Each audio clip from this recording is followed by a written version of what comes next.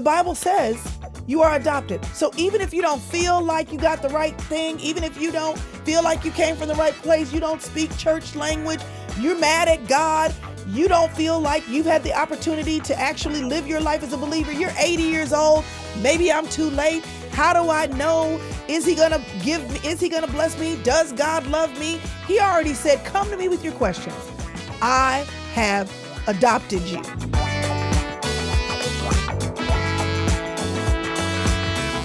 So, y'all, I've been homeschooling for 20 some odd years. I have 5 children. They are all currently aged 32 to 15, 2 girls, 3 boys. And I'm on the last one. I pretty much thought that when he got to this season of school that we would send him to school, but 9th grade came and we didn't. 10th grade came and we planned to send him in his junior year, but then an amazing opportunity came up and we sent him to a local school in our area so that he can live his whole best life, because he's my only extroverted kid in 5. People think I'm extroverted, but I'm not. So it takes a lot for me to get out of here, all my fun and foolery, show up every week and teach the whole thing. But I love being home. I'm a bookworm. I love all things school. I love the paper. I love the pens.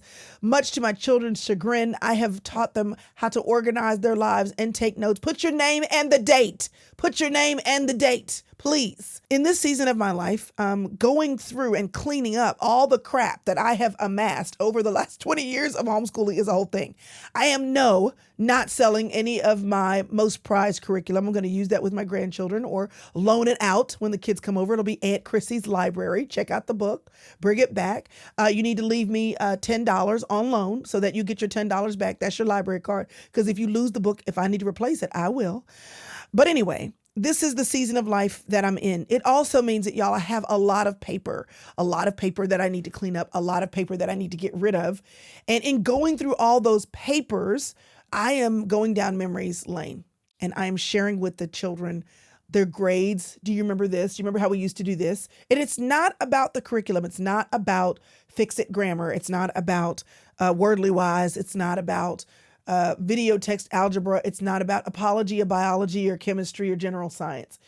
It is not about those things. It is about what's attached to those things. Sitting around the table, because this was our Bible verse to memorize from My Father's World or Sunlight. This is about you going up to the community college because after a certain point you had to take classes, college algebra when you were a sophomore or a junior to get that dual credit. Praise God for free dual credit. It's about the time that we spend in the car with me picking you up or stopping by Sonic on the way home for a drink. It is about the time invested.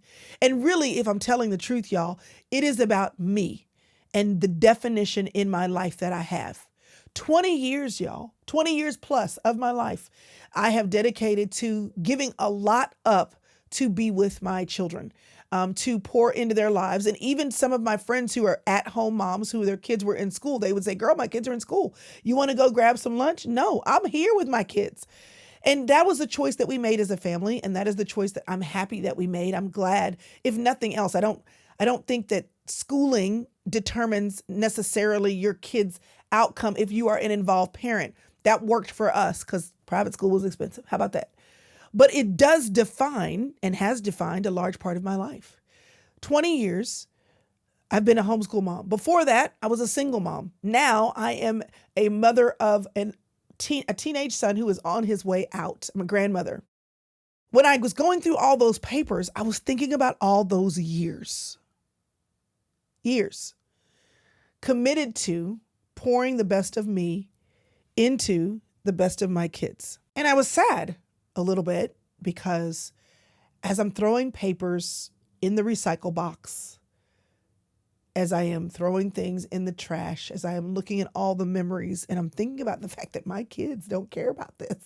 They don't care. They don't care about all this paper. I'm going to put all the stuff in the bin anyway, but they do not care about the paper. Why did it make me sad? It made me a little sad because this is identity. I am putting identity in the recycle bin. 20 years compressed. Instead of boxes and boxes and stacks, it's this much for 1 year for that kid that I'm filing away and keeping for posterity's sake. My daughter told me, Mom, why are you keeping all that? She said, I want you to know that when you die, I'm burning it all. I said, that's fine. My goal is to organize it and put it in a bin. So when you decide to burn my things, you have clarity on what exactly you're burning and what you shouldn't burn. My job is to keep what I want to keep. Your job is to be easily able to identify what you don't care about. Don't come to me for that. But the reality is, our identity often gets wrapped up in the seasons of life that we've lived. Our identity was wrapped up in that first marriage. Our identity has been wrapped up in our body. And then when our body changes, then we have an identity crisis. Our identity is wrapped up in where we live or the family of origin that we have. Our identity is wrapped up in where we went to church. And then we struggle when it's time to move on to another church. Our identity is in our job. It's in our career. And then when career changes or we get that pink slip, we don't know what to do. Our identity gets wrapped up in where we live or what people call us or the grades we made or the money that we amass or, God forbid, the cars we drive or the neighborhood we live in. And when any of that shifts from one season to another, our world is rocked. Y'all, I'm not talking to y'all about homeschooling. I hope you know that now. I am talking to you about the necessity of your shift in identity and that being an opportunity for you to recognize where your identity actually lies. This is what I want to say to you, particularly my female friends. You have been and you will always be a queen, a daughter of the king. That is your identity. But it takes a few seasons of your life to realize that you are wearing other pieces of identity. And then when those seasons shift or those things go away or those people change and you feel like your ground is shaking, you feel like things are moving underneath you, you're like, oh my gosh, you feel a loss because you don't realize that a part of your identity was in the thing, the person, the season, the money, the location, people calling your name. So you have to know that your identity has never been in any of the things that will change, ever. From the day you were born, my hope is that you had someone in your life that told you that they loved you.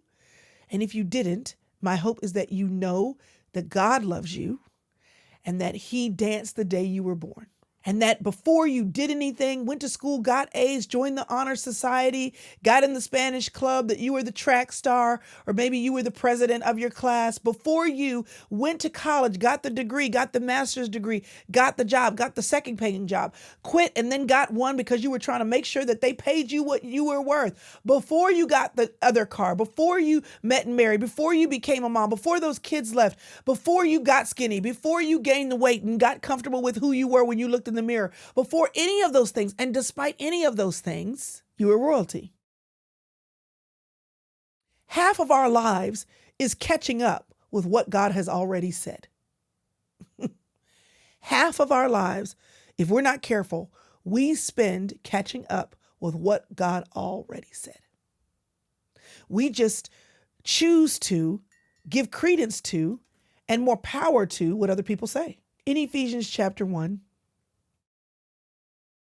the first thing is you have to believe that you are blessed with every spiritual blessing. When you unite your life with the life of Christ in you, from that day forward, repeat after me, you have everything you need. Repeat after me. I have everything I need. Here is the work of your life. The work of your life is believing that. The work of your life is operating in it. The work of your life is taking off anything that the world or other people or other circumstances try to put on you, because the enemy is after your soul. If he can't steal your soul, he wants to steal your time. The work of your life is keeping bullseye focused on the fact that I'm already blessed. I'm already a daughter. I already am full of whatever I need. My Father owns the cattle on 1,000 hills, and whatever I need, he will supply. My God will supply all your needs according to his riches and glory. He has everything you need. So when Ephesians chapter 1 says you got every spiritual blessing, everything means, repeat after me, everything. Here's the work of the enemy. The enemy of your soul wants to convince you otherwise. He shows up in the garden with Eve and he says, Eve, you can have any tree of the garden, is what God said. Don't have that one. And Satan showed up and made it his business to make sure she focused on the one. So we focused on the one man we can't have, the one job that said no.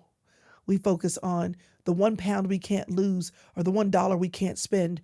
We focus on the one time that child didn't do right, or the one time we had that argument with our husband, or the one church we tried that didn't work out, or the one group we tried where the people were a little toxic. We focus on the one and we get tired because we think, here's the rub, we think that our future and the delivery of the best of our lives is reliant solely on us. No, you were blessed. Not only the day you were born with life, but also when you were reborn, you were blessed with everything, every spiritual blessing. So what does this mean? This means that before the world was even made, God loved you. It also means that before the world was even made, God knew that there was going to be a whole screw up, and that you, in order to become a part of the kingdom and to be royalty, were going to have to be adopted. He said, I know she's going to be out here by herself because somebody else in time abdicated their royalty. And in order for her to have all the spiritual blessings and all the benefits of being a daughter of the king, I'm going to have to adopt her, cover her, bring her back into the fold, give her my name and say she's mine. So right off the bat, the Bible says you are adopted. So even if you don't feel like you got the right thing, even if you don't feel like you came from the right place, you don't speak church language, you're mad at God, you don't feel like you've had the opportunity to actually live your life as a believer, you're 80 years old, maybe I'm too late. How do I know? Is he going to give me? Is he going to bless me? Does God love me? He already said, come to me with your questions. I have adopted you. You are adopted. You are in the family. In fact, it says in Ephesians chapter 1, it gave him great pleasure. Right now, as I talk, my oldest grandchild is in my living room. I set her up, y'all, before I went live this morning with some cereal and some milk. And I said, all right, Bells, it is the morning. And you can't come in. I got to go live. I got to do my thing. You can watch whatever your mother would let you watch. And I threatened her and I said, now listen, whatever you turn it on, I can go and look into the history and see what you watch. So listen, I'm a techie grandmother. You can't pull one over on me. Here's your cereal. Choose from Lucky Charms or Honey Nut Cheerios. Here's the milk. Enjoy your life. She is over there with everything she needs. Everything she needs. Because I set her up for success. I said, I know what you need. I know what you're going to want. And I know what season you're about to be in. So not only are you a part of my family, but it brings me great pleasure to set you up. It brings me great pleasure to make sure you have what you need. It brings me great pleasure to have you hang out with me and let's watch 2 movies together. It brings me great pleasure to say I'm the cool grandmother. And so how can I be cool with you? That brings the relationship with you. You didn't do anything to be mine. You are mine. End of story. This is what God says about you. It gives him great pleasure for you to be his. He has graced you. He is kind, and the grace has already been poured out. You are free. Freedom is your birthright. You don't have to be tethered to anything that he is not asking you to be tethered to. We tether ourselves to things out of guilt. We tether ourselves to things out of shame. We tether ourselves to things that he is not asking us to tether ourselves to. He's like, why are you living the tethered, slaved lifestyle when I have adopted you? Everything I have is yours. I'm the father who owns a cattle on 1,000 hills. And also, I delight in showing you kindness. It's my pleasure for you to be mine. You are adopted. You're in the house, and it gives him pleasure for you to be there. He gives you revelation. There are things you can know because you are a spiritual being operating on earth, having a human experience with access to spiritual things. And the God who says, you are my daughter, also says, there are things I want to reveal to you. some mysteries. There are secrets I want to tell you. Listen, y'all, I love my daddy. And there are things, and everybody knows it. We can be in a meeting and there'll be a whole, whether it's church or family related, and we know because we'll steal a glance because I know him. My daddy was 22 years old when I was born. I have 50 years of history with him. And there are some things that he doesn't have to tell me because I could watch his body language and watch his face and have a whole conversation from across the room without a word being said. There are certain things, because I know him, there are certain revelations that I have that if you meet him, you won't know. That is the gift of daughtership. That is the gift of my childhood blessing. That is the gift of my birth. And God says, listen, you are my daughter, and there are some things, there are some mysteries that I only tell my kids. And the beauty of it is, this is to fulfill his own good plan. So the good that he's thinking about for you, Romans 8:28, all things work out together for the good. He is telling you, listen, because I have things in my mind for you that are good, because it's my pleasure, you're my daughter, I want to set you up for success. There are some revelations that I will give you. So not only are you a daughter, but you get the opportunity to be intimate and receive revelation. You have an inheritance. Listen, God is storing up things for you in spiritual places that you activate in your life through belief. If you walk around, do you understand why now the enemy does not want you to be successful in the kingdom of God and understand who you are? Because if you understand who you are, you also understand that there is an inheritance for you to access.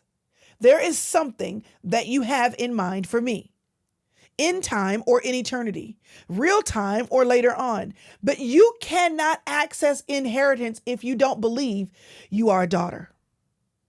But he says you have an inheritance. He is storing up things for you. And you access those things by belief, by prayer, through obedience, through righteousness. If you don't believe you're a daughter, then you won't access because you won't ask. You won't even think it applies to you. You will point around at everyone else and say, well, why do they have that? And why did she have that? Well, that's not fair. Why does he have that? Why does he? Okay. The work of the enemy is to keep you from thinking that you're royalty. Oh my gosh, I have shivers down my spine. That means it's coming. Y'all, the work of the enemy, the work of the clock in time is to have you think God is not good to you, that he's good to everyone else, and that the inheritance that is yours isn't. Because if you don't believe it belongs to you, you won't ask. If you don't believe you can access it, then you won't believe. If you believe that it's for everyone else, then instead of walking forward in power and belief, you will shrink back and whine and complain. I want you to know this is the beauty of daughtership, of being a child of God, because there are certain things you cannot access unless you believe. So the Israelites were like, we believe we're the chosen people. And as soon as God took them out and said, let me tell you how to get to the promised land, inheritance. As soon as he took them out, what did they do? Whine and complain. Why are we out here? We're going to die. Do you not see us? Do you not care about us? We're thirsty. We're hungry. We're sick of manna. Oh, we want some quail. Oh, we're sick. Oh, we're tired. Oh, it's hot out here. He took them out. Because he said, I'm taking you to the promised land. And what did they do? They saw the Red Sea. They saw the deliverance. They saw the provision. And then they still said, are you sure you love us? Because we thought we were your chosen people and we're not going to be able to make it to the promised land. Have you left us? Moses, why are you leading us? All that whining and complaining. Because if the enemy can keep you from thinking that there's a promised land, he'll keep you going in circles. Listen, y'all.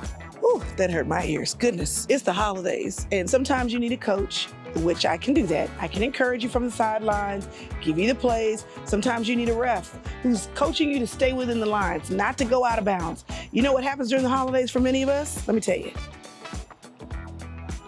we go out of bounds. We end up in toxic situations, toxic people, eating toxic food, starting toxic habits. And then we start the beginning of the year realizing that we done fouled out, been out of bounds, missed the goal, all of those. So you know what I'm doing? In this season of the year in the inner circle, I want to coach you through the holidays. And even if I got to blow the whistle on you every now and then. Why? Because I want you to play well and I want you to start the year strong. And I'd love you to join me for all of that amazingness in the inner circle. The work of being a daughter is to believe that you are blessed with every spiritual blessing. You have everything that you need and to act like it. That you are loved, that you are adopted. The work of being a daughter is reminding yourself that he has already given you the best gift there is, and that's the opportunity to live in fellowship with him. That he has revealed to you and desires to continue to reveal to you the secrets from the spiritual realm that the Holy Spirit reveals to your heart. He tells you that he has something good for you and he guides you and directs you. Trust in the Lord with all your heart, lean not to your own understanding, in all your ways acknowledge him. He will keep your path straight. You have an inheritance. Everything he has for you, he does not give you right now. But in time, with time, you start to see the deposits. And you're like, oh my gosh, he was saving this up for me.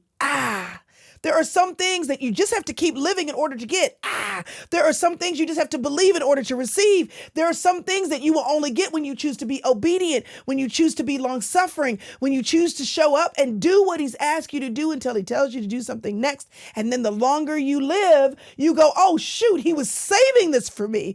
I didn't know he was planning this for me. I didn't know he had this person for me. I didn't know he had this opportunity for me. I didn't know that he had this wealth for me. I didn't know that he had this friendship for me. I didn't know he had this healing for me. I didn't know he had this thought for me. I didn't know he had this house for me. I didn't know he had this intimacy for me. I didn't know he had this revelation for me. I didn't know that he had this power for me. If you live long enough and believe you're a daughter, eventually you will see. You will see. It's a good plan. You are chosen in advance. Before you decided to get right. Before you decided to do right.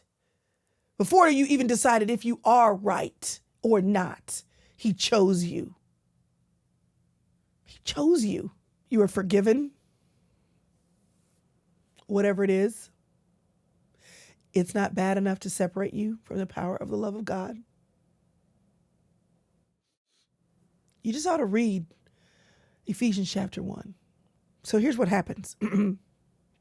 Once you believe you're a daughter. If you can start to understand, and I just shared a few things. There are other things in Ephesians chapter 1.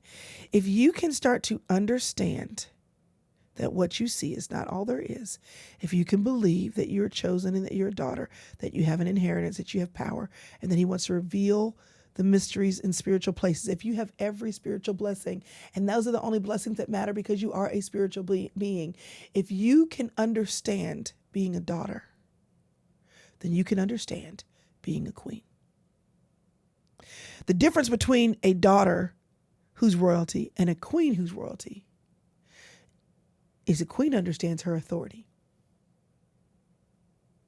And then she also bestows blessings and authority on other people. She realizes and owns the power that she has been given, and she gives the power to other people. The only identity that she has is the identity that was given to her through her DNA. Your DNA is royalty. That's what you need to understand. Before I was a homeschooling mom, I was a woman, a daughter after God's own heart, who for a season of her life poured out her life for her children. I don't regret not one second of it, but that's not my identity. For a season of my life, I was a single parent and experiencing in my 20s rejection upon rejection upon rejection, and thinking I'll never find a person to marry, and feeling that rejection is not a part of my DNA. I was a straight A student, oldest born, firstborn, you name it, I fit that exactly. Whatever that is, I fit that exactly. But being a straight A student and getting good grades and pleasing my teachers is not my identity. I'm musical. I sing, I write, I play, I direct choirs, I lead praise and worship. And as much as I sing, as I get older, my voice will change. That is not my identity. I am married. I am a woman. I am a wife. I love my husband. I love my family. I love being the keeper of my home. And I believe that keeper means guard. I guard my home.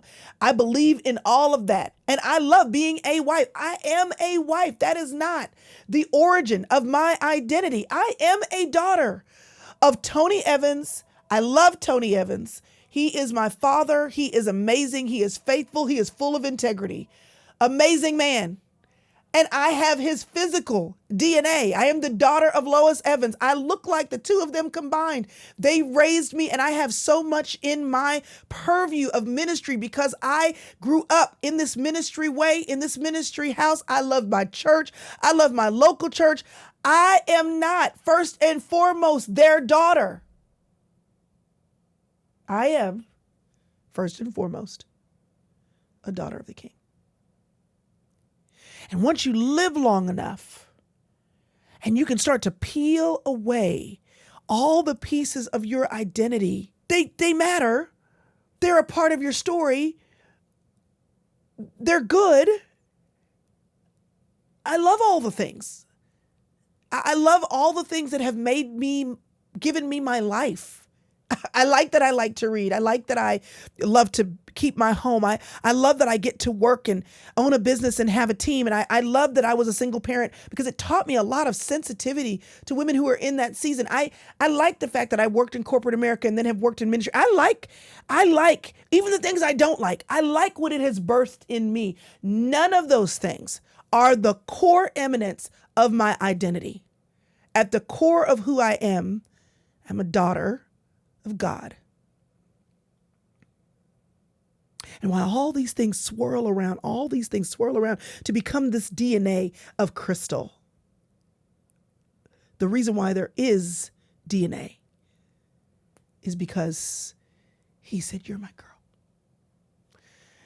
The difference between a daughter and a princess and a queen, it's a woman who owns that identity. Unshakable. Solid foundation.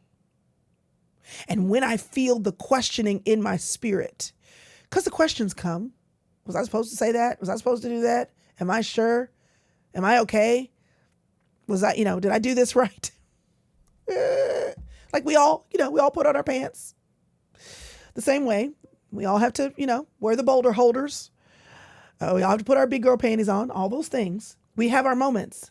But what centers me back to the beginning, he put me here and he gave me everything I needed.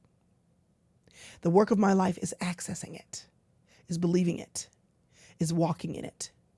In this season of my life, though,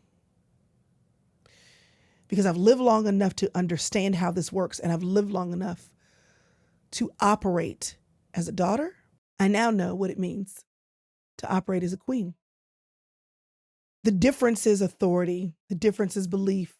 The difference in being a queen is you own it. You're not waiting on it. A daughter, a princess, has to wait to be crowned queen. But when you're a queen,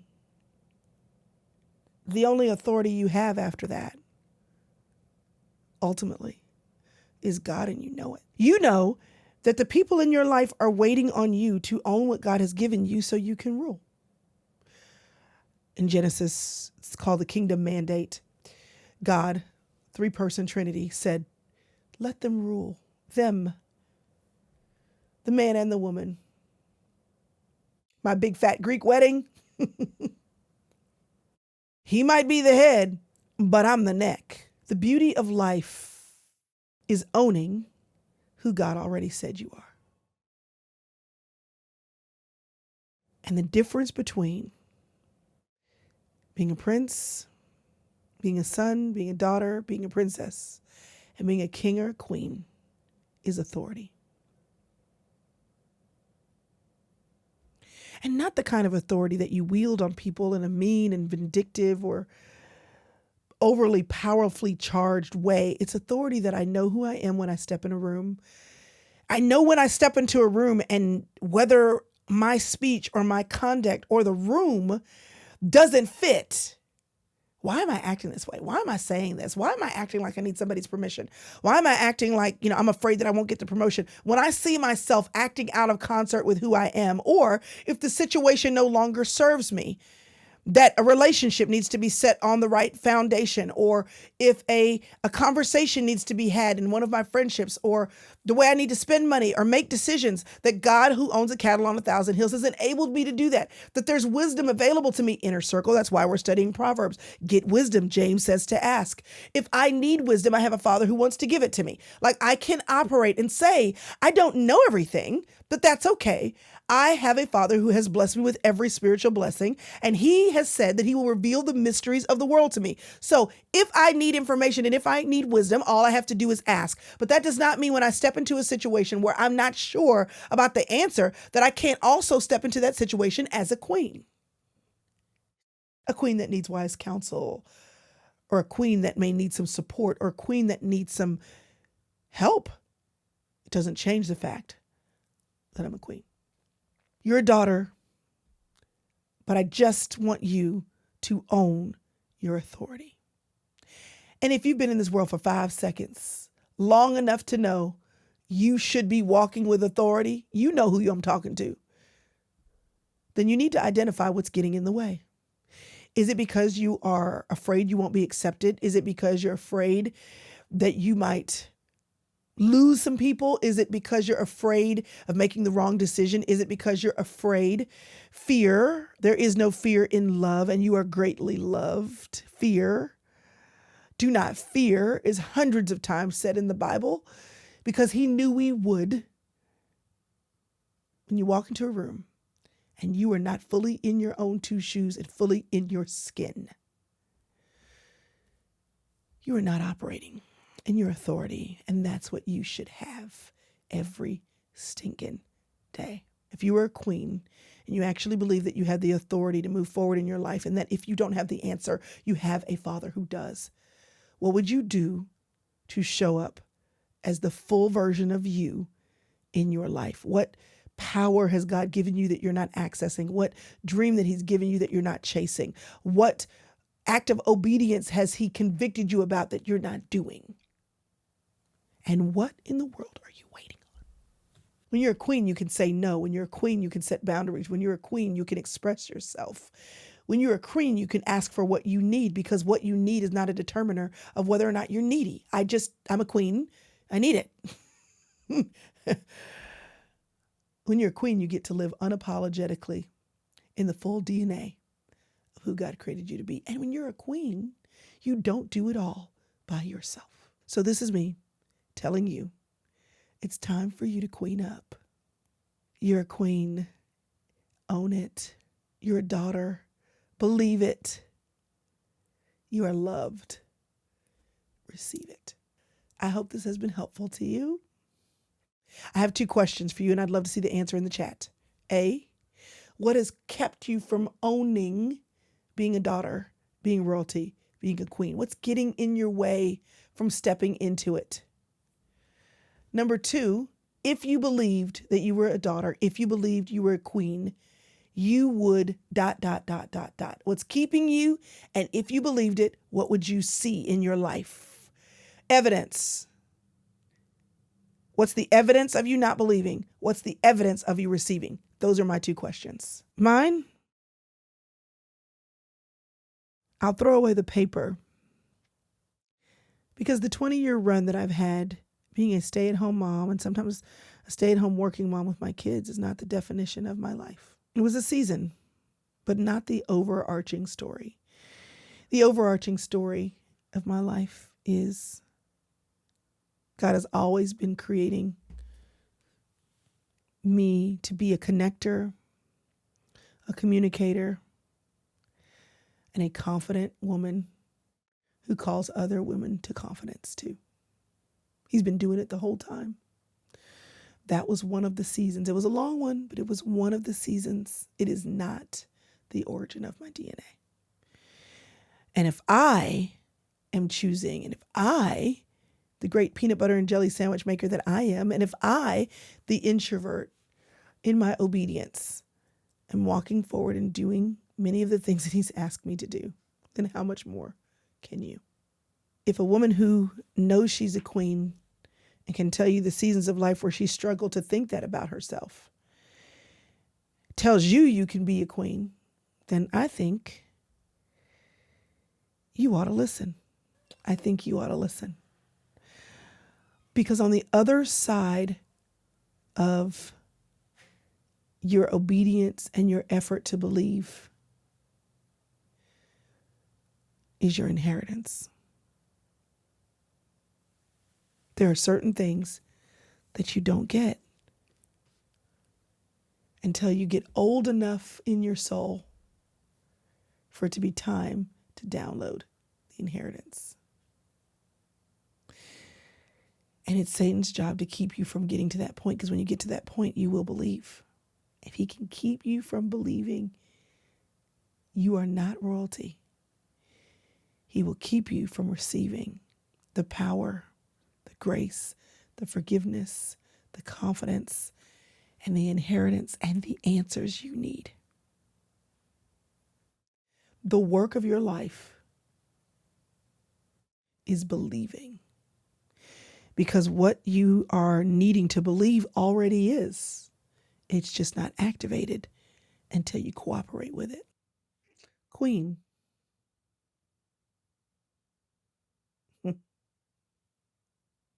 Coach Chrystal.